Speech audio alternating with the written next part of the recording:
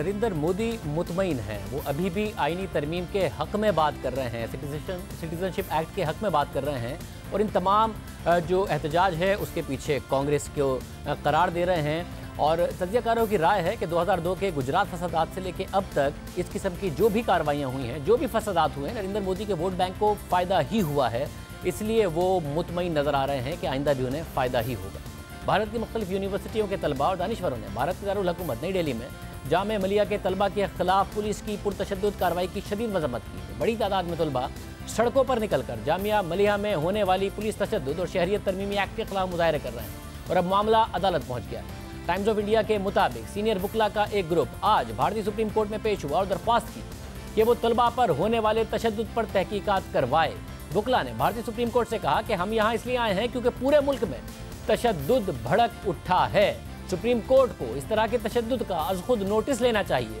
ये इंसानी हुकूक की संगीन खिलाफ वर्जी है, जिस पर बेंच ने कहा कि अगर एहतजाज और तशद्दुद और अवामी इमलाक को नुकसान पहुँचने वाले नुकसानात होंगे तो हम मामला नहीं सुनेंगे।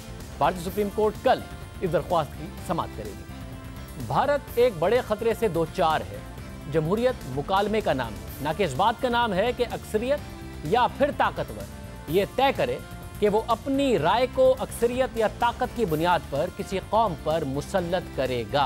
अगर ऐसा होगा तो रद्द अमल आएगा और जहाँ भी ये रद्द अमल आया है, कौमों और मुल्कों को इसकी बड़ी कीमत चुकानी पड़ी है। जो कौमें अपने शहरियों से एहतजाज का हक छीनती हैं, अपने तालिबे इल्मों के आवाज़ उठाने और हक मांगने से जो रियासतें खौफजदा होती हैं, जो अपने ही तालिबे इल्मों, अपने ही शहरियों को गद्दार करार देती हैं, गद्दारी के मुकदमे उन पर बनाती हैं, जिस मुआशरे में हुब्बुल वतनी और गद्दारी के फतवे बांटे जाते हैं, मजहब सियासत चमकाने और नफरत फैलाने के लिए इस्तेमाल होता है। रियासती इदारे भी मजहब और गद्दारी का कार्ड इस्तेमाल करते हों, चाहे वो रियासत भारत हो या कोई और रियासत हो, कोई और मुल्क हो।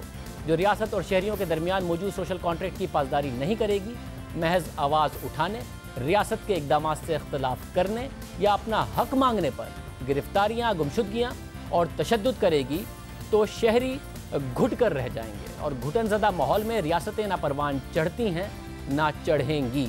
ऐसी रियासतें आज तक तारीख़ में पीछे गई हैं और जाएंगी। जो रियासतें आगे बढ़ी हैं, उन्होंने अपने शहरियों को बोलने का हक दिया है, उन्होंने अपने शहरियों को आवाज़ उठाने का हक दिया है, उन्होंने अपने तालिब इल्मों को आवाज़ उठाने का हक दिया है, उन्होंने अपने मीडिया को आज़ाद छोड़ा है। जहाँ भी रियासत इतनी गैर महफूज अपने आप को महसूस करेगी कि कार्रवाई करेगी, तो वहाँ हाल बुरा ही होगा। तारीख इसकी गवाह है।